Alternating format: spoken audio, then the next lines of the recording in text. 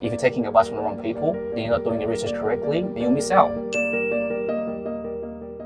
But I remember back in 2017 when we were at the peak of the market, the city prices were absolutely through the roof. Unfortunately, that's when most buyers went in. There are countless examples I can give you where these people bought in at the peak of the prices, and by the time it got to 2019, they lost about 20% of their property value. So if you can put yourself in those people's situations, you would have wasted 5 years of just getting your prices back to where they were at the time of buying it. Because this is how you separate yourself from being a professional versus being an amateur.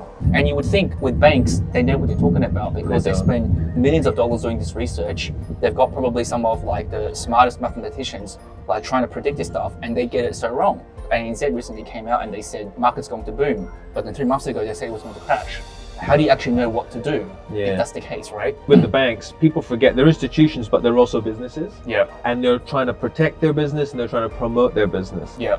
What they don't really take into account is the massive amount of human emotion in real estate. We need to actually use that to our advantage. It's an equation. It's not necessarily just data and just mathematics. It's about migration trends and all different ingredients that create a good investment. Yeah. And I think a lot of the people hang their hats on future predictions and they're going to get burned, I feel, in the long term. There's some massively positive future predictions at the moment.